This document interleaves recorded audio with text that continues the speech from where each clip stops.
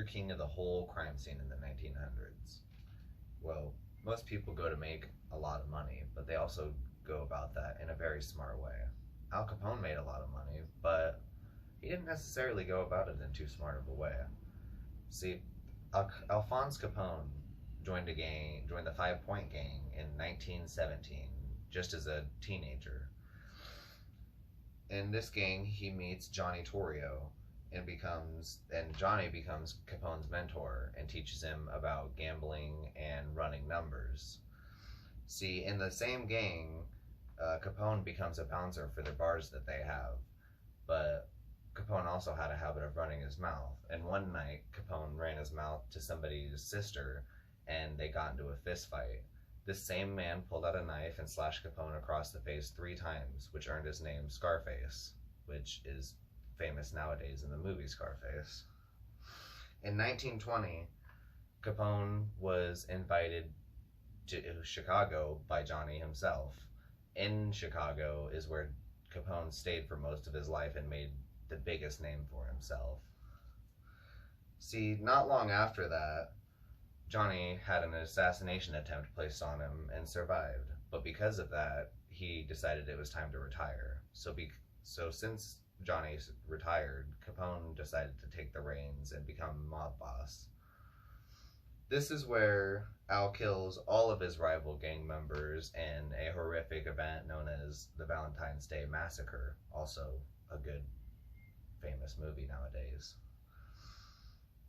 Al now runs gambling fronts, bootleg business, petty theft, and every other major crime in Chicago.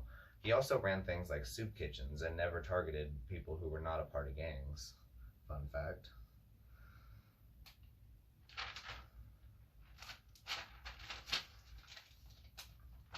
Now, this is where Al kind of ran into a bit of a wall. See, up until then, I guess you could say he was going about it a smart way. At least he wasn't getting caught.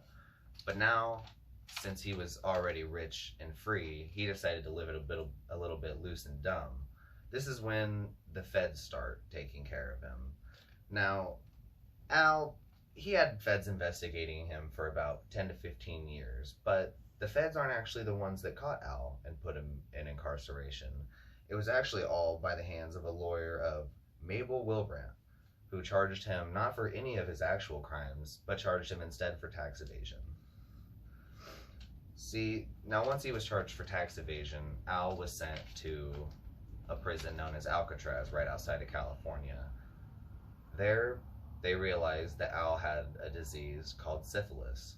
Al caught this disease from living a little bit too fast and loose and just not being careful enough. See, Al's had syphilis years before he went into prison, but when he found out that he had it and saw the symptoms, he never got it treated.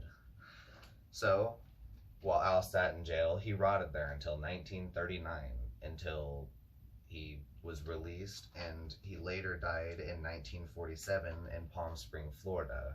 But since he had syphilis, it had deteriorated his mental capacity to that of a child. So in conclusion, yeah, you might be able to make a bunch of money and be the king of the 1900s and have life perfectly, but if you still live it a little bit fast and loose, you're going to end up with the brain capacity